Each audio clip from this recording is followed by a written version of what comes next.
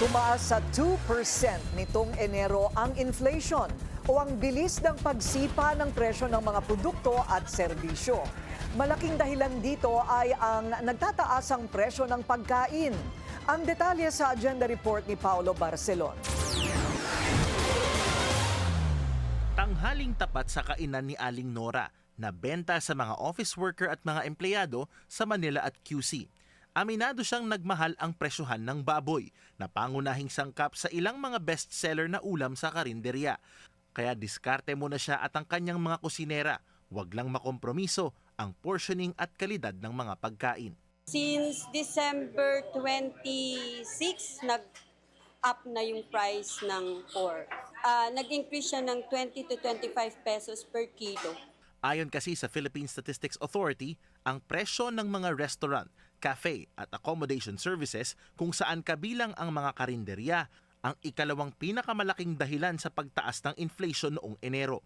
Ayon kay National Statistician Claire Dennis Mapa, malaki ang itinaas ng presyo ng mga pagkain, lalo na sa mga karinderya, kantin at fast food chains. At dahil maraming Pilipino ang nanananghalian sa mga ito, dama ang epekto nito sa pangkalahatang galaw ng presyo. For example, dito ito yung mga specific commodities na. So for example, yung lunch, typical na sinigang na baboy with rice, may increase siya ng mga 10%. 10%. That is one item within that restaurant. Yung adobo na pork with rice and soft drink, may increase na 14%.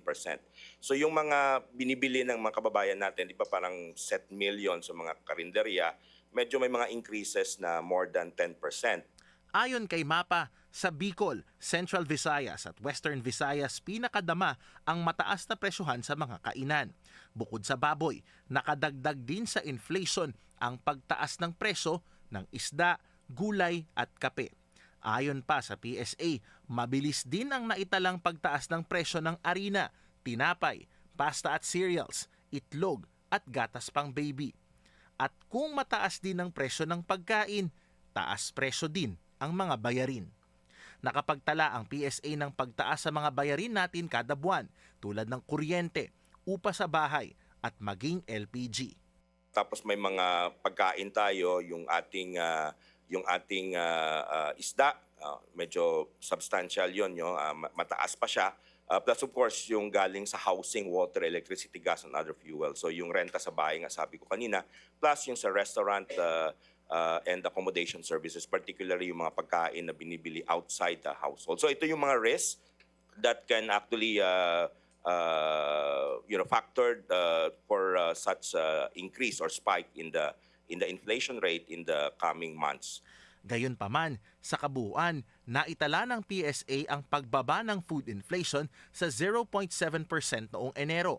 Mas mababa ito kumpara sa 1.2% noong December 2025. Umaasa naman ang Bangko Sentral ng Pilipinas na unti-unting lalakas ang domestic demand habang patuloy ang kanilang ginagawang policy easing para maagapan ang epekto ng flood control scandal at global trade events sa consumer confidence.